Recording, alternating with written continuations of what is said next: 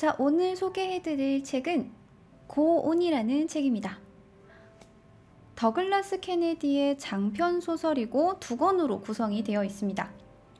일단 두 권으로 되어 있기 때문에 좀 길긴 길어요. 그러면 작가 소개부터 간략하게 시작해 보도록 합시다.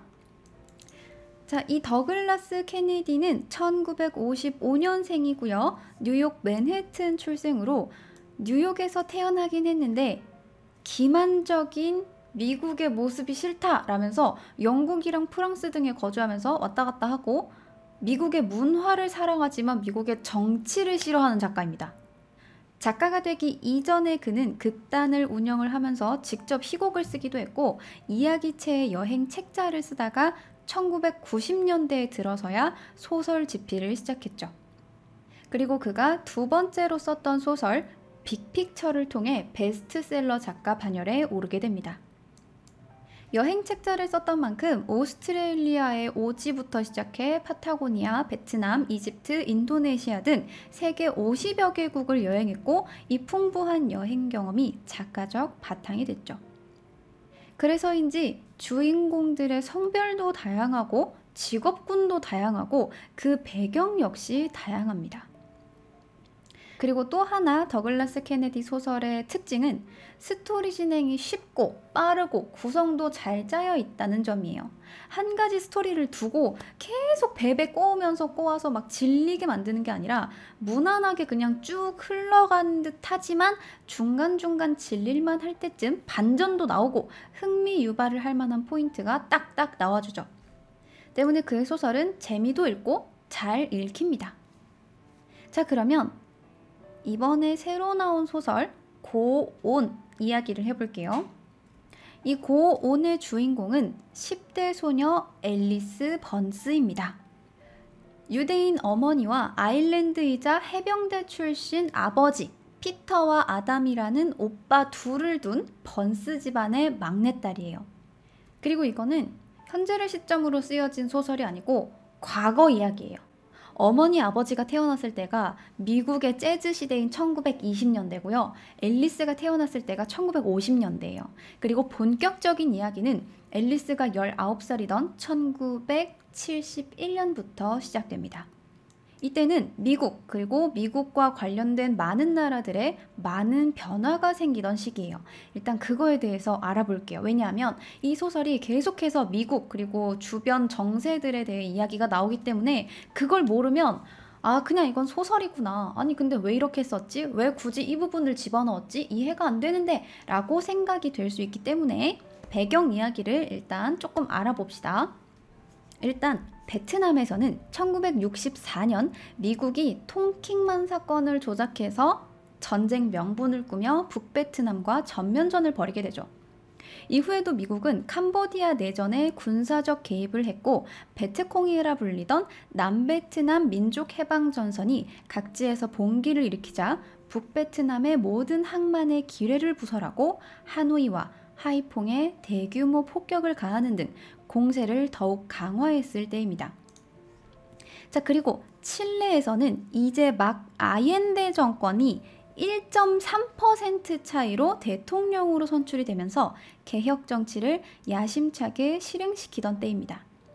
당시 칠레는 미국과 칠레 내부 기득권층에 의한 경제적 수탈이 심했고 다국적 기업들이 칠레의 탄광이나 구리광산들을 독점할 정도였어요. 진짜 간발의 차죠. 원래는 과반수 이상이 돼야지 대통령이 되는데 이때는 아옌데 대통령이랑 다른 후보랑 둘 다 과반수가 넘지 못했어요. 근데 과반수가 넘지 못했는데 그 중에서도 아옌데가 1.3%가 높았기 때문에 대통령이 된 거예요.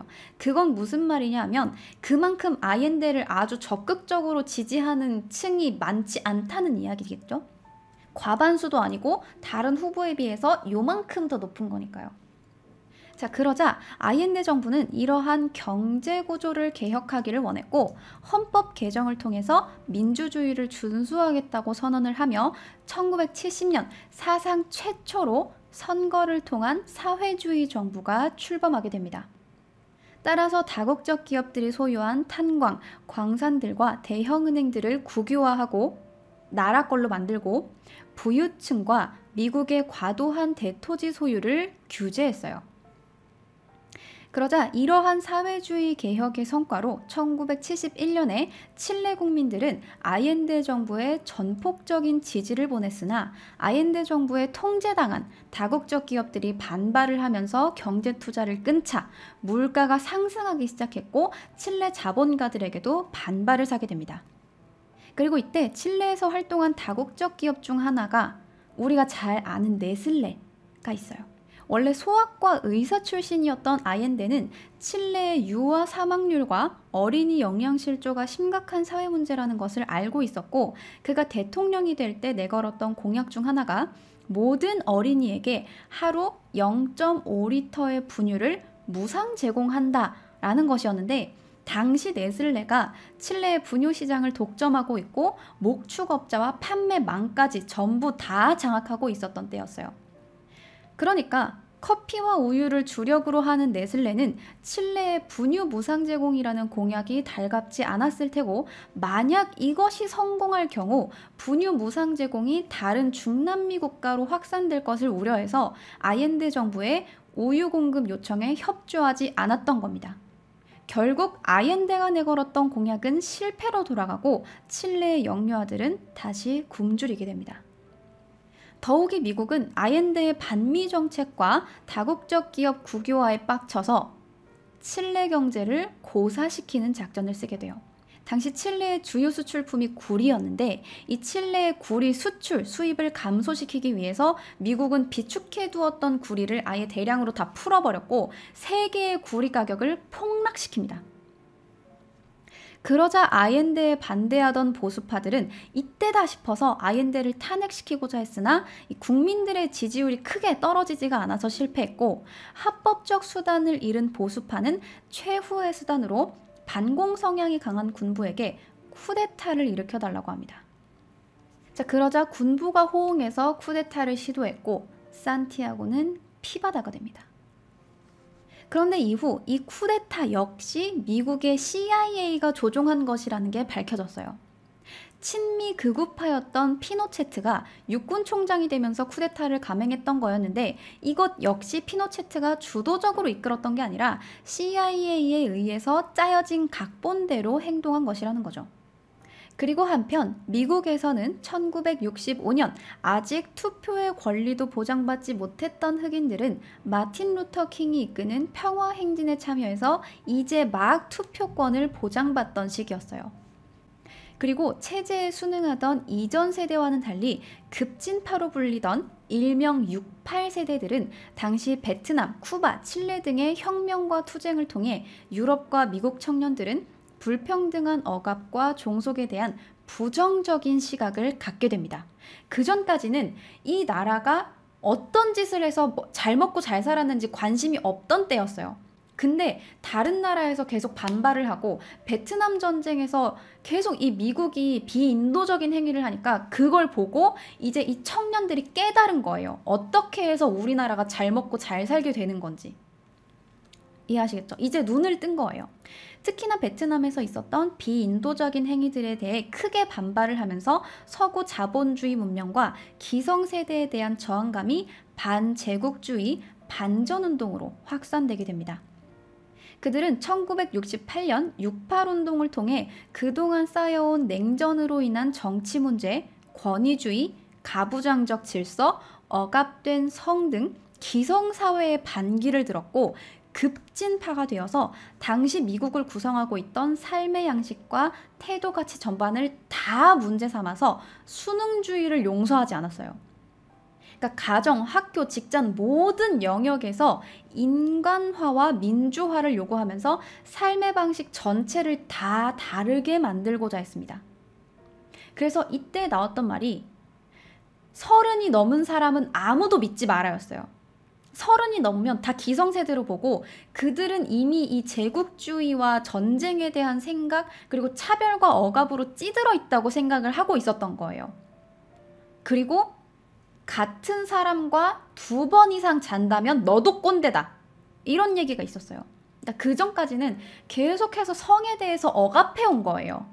이혼도 하면 안 되고 남자한테 순응해야 되고 이런 생각이 계속 있었는데 이거에 대해서 반기를 들다 보니까 왜? 난 맘대로 할 건데. 이렇게 되는 거예요.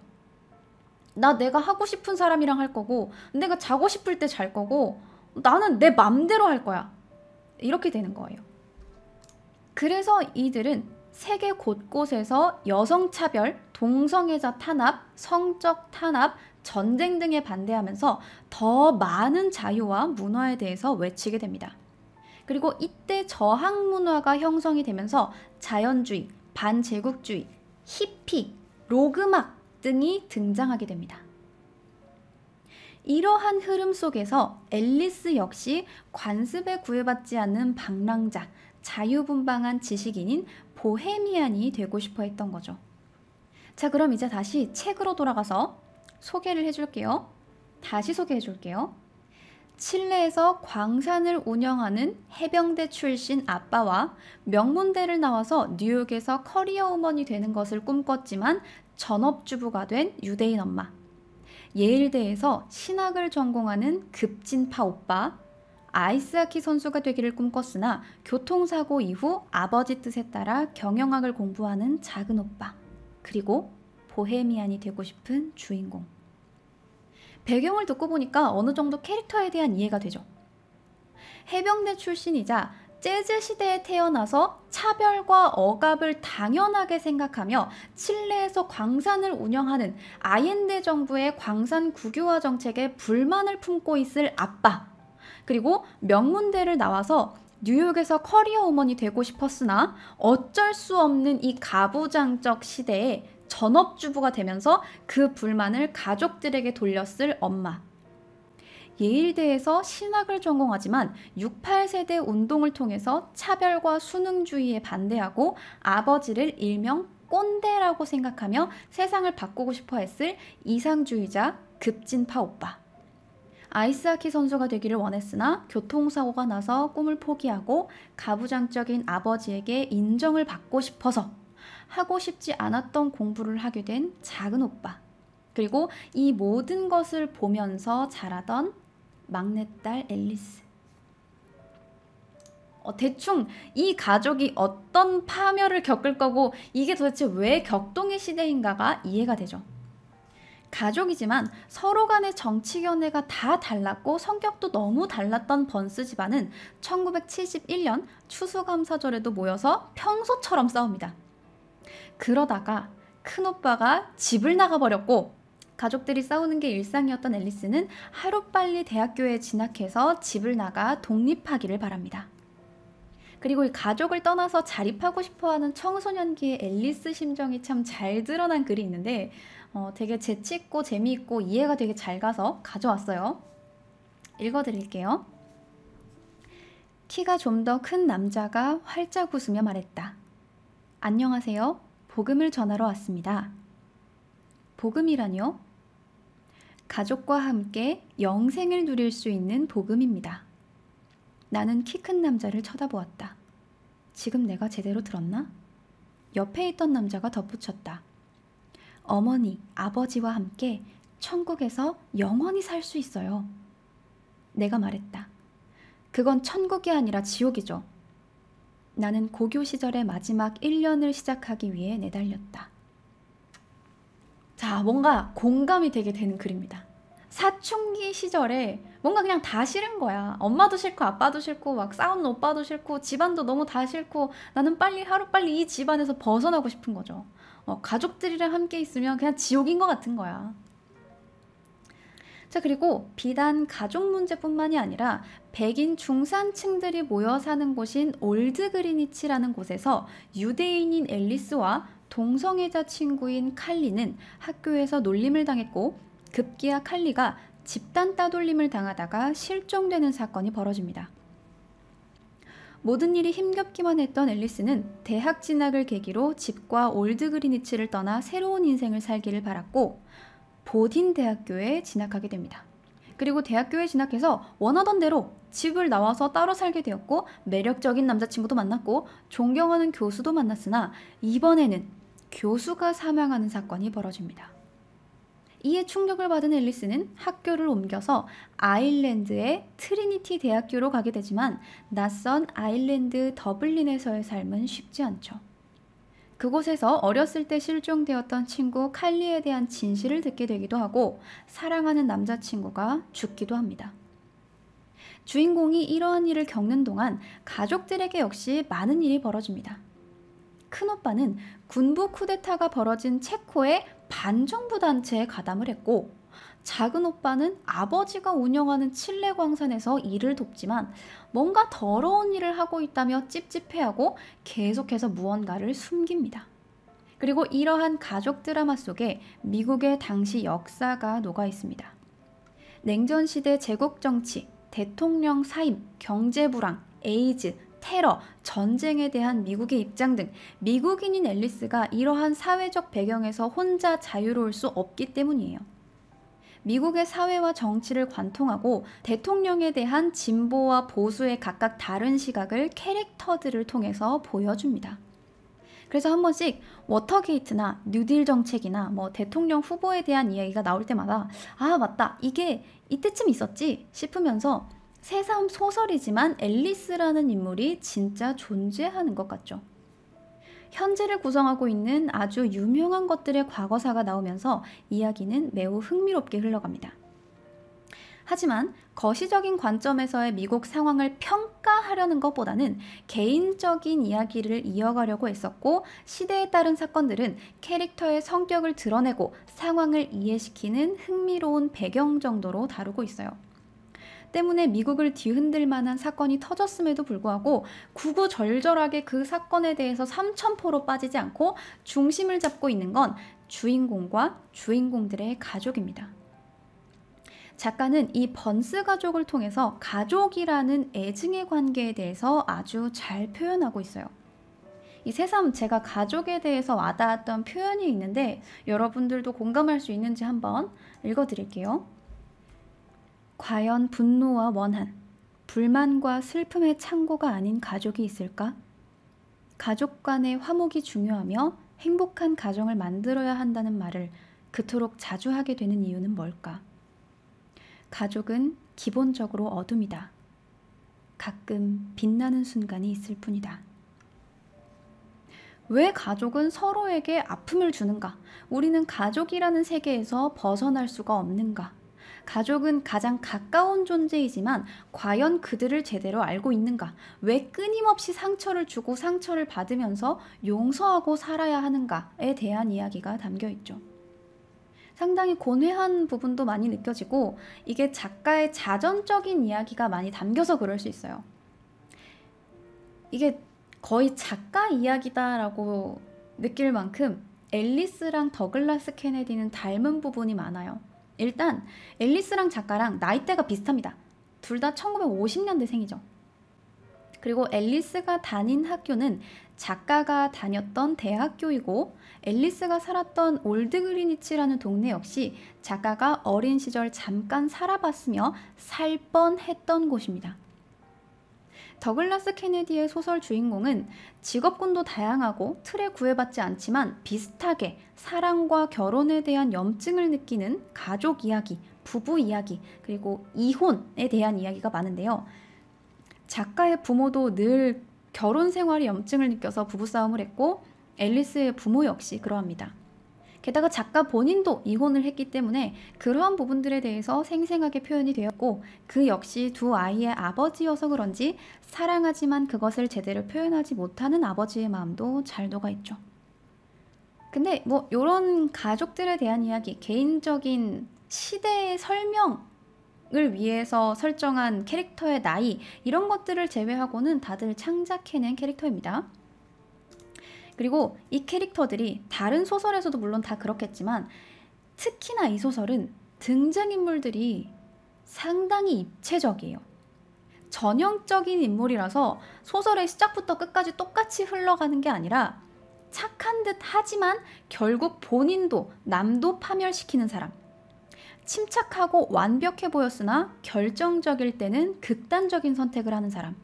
그리고 같이 똑같은 집단 괴롭힘을 당했지만 선택이 전혀 달라져서 한쪽은 완전 피해의식에 쩔어 있고 한쪽은 그것을 극복해낸 두 사람 등 완전히 캐릭터들이 다른 성격의 양가적인 감정을 가지고 입체감을 가지고 살아있기 때문에 이야기가 고리타분하게 흘러가지 않고 계속해서 예측 불가능한 상황들이 만들어집니다. 그리고 그 중심에 있는 앨리스 역시 착하고 강해 보이지만 잘못된 선택을 하고 그러나 결국 사람들을 포용할 줄 아는 인물로 그려집니다. 앨리스는 가장 가까웠던 가족과 주변인들의 배신, 거짓말, 죽음 등을 경험하지만 피하거나 외면하지 않고 극복해 나갑니다. 예를 들어서 남자친구의 거짓말을 알고 나서 외면하면서 덮는 게 아니라 그 자리에서 남자친구를 깔끔하게 정리한다거나 사고로 사망한 사람의 가족까지 챙기는 등 강한 모습을 보이면서 여러 가지 일들을 겪어요. 그리고 가족들에게 역시 엄마가 자신에게 무언가 크게 잘못했을 때에도 나중에 감당할 수 없는 말로 상처를 주면서 화를 내기보다는 엄마로서 사랑하지만 엄마도 완벽한 사람은 아니기에 서로 더 이상 상처를 주지 않도록 거리를 좀 두고 지냅니다. 우리도 그렇죠. 용감한 듯 하지만 소심하고 종종 잘못된 선택을 하고 상처받기 싫어서 상처를 외면하고 누군가에게 먼저 상처를 입히고 가족과 싸우고 용서하고 화해하고 이러한 부분들 덕분에 지지부진하게 캐릭터들의 감정과 고뇌에 대한 공감을 강요하는 게 아니라 주인공의 1960년대부터 80년대까지 현대사를 함께하는 듯한 느낌이 듭니다. 그리고 개인적으로는 앨리스라는 인물의 성격이 상당히 합리적이고 이해 가능한 범위라서 마음에 들었어요. 가끔씩 다른 소설들을 보면 나는 절대 이해할 수 없을 만한 감정을 가지고 이 주인공이 한 5장씩 막 고민하고 있는 거야. 그러면 나는 그 5장을 정말 이해가 안 되는 채로 그냥 봐야 돼요. 왜냐하면 그 주인공이 하고 싶은 말이 그거니까. 근데 이 소설은 딱히 그렇진 않았어요. 저한테는 그랬습니다. 자, 그리고 이 스토리와는 별개로 저한테 되게 와닿았던 부분이 있었는데요. 여러분들한테도 읽어주고 싶어서 가져왔어요. 일단 읽어드릴게요. 나는 조카에게 속삭이고 싶었다. 슬픔을 피할 수 있는 일이라면 뭐든 하렴. 이 고모가 언제라도 네 편이 될게. 그러면서도 나는 이 아이가 우리 모두와 마찬가지로 자신은 어쩔 수 없는 힘들에 휘둘리며 상처받은 어른이 되리라는 걸 잘 알고 있었다. 어린아이를 보면서 이런 생각을 하게 되는 게 상당히 씁쓸하기도 하지만 우리도 이렇게 태어났을 때 누군가는 축복해주는 사람이 있었을 테고 어쩔 수 없는 힘들에 휘둘리면서 상처받은 어른이 되는 건 아닐까 하면서 왠지 그냥 되게 내 자신을 응원해주고 싶은 글이라서 여러분들한테도 읽어주고 싶었어요. 우리가 다 되게 이렇게 크고 싶어서 크는 건 아니잖아요. 내 의지도 있지만 주변에 어쩔 수 없는 상황도 있고 주변인들에 대한 영향도 있었을 테고 그래서 여러분들한테도 읽어주고 싶었습니다. 자, 어쨌든 이번 책은 중반부부터 꾸준히 반전이 나오기 때문에 전체적인 스토리에 대해서는 스포가 될까봐 자세한 이야기를 해줄 수는 없지만 오늘 컨텐츠를 보고 책의 배경을 이해한 뒤에 이 책을 읽는다면 훨씬 더 풍부하게 캐릭터를 이해하고 스토리를 따라갈 수 있을 거라고 생각이 돼요. 그래서 이 소설을 통해서 더글라스 케네디가 던지는 메시지는 직접적이고 명확합니다. 아마도 이번 소설은 그가 겪어왔던 일들, 하고 싶은 말들을 집약해 놓은 책이 아닐까 싶어요. 결국 인생은 자신의 선택이며 자기가 만들어 간다는 것. 계속되는 기쁨도 절망도 없으므로 계속해서 삶을 살아나가야 한다는 것. 어떻게 해서든 계속해서 살아가게 된다는 제목의 오늘의 소설 고온이었습니다.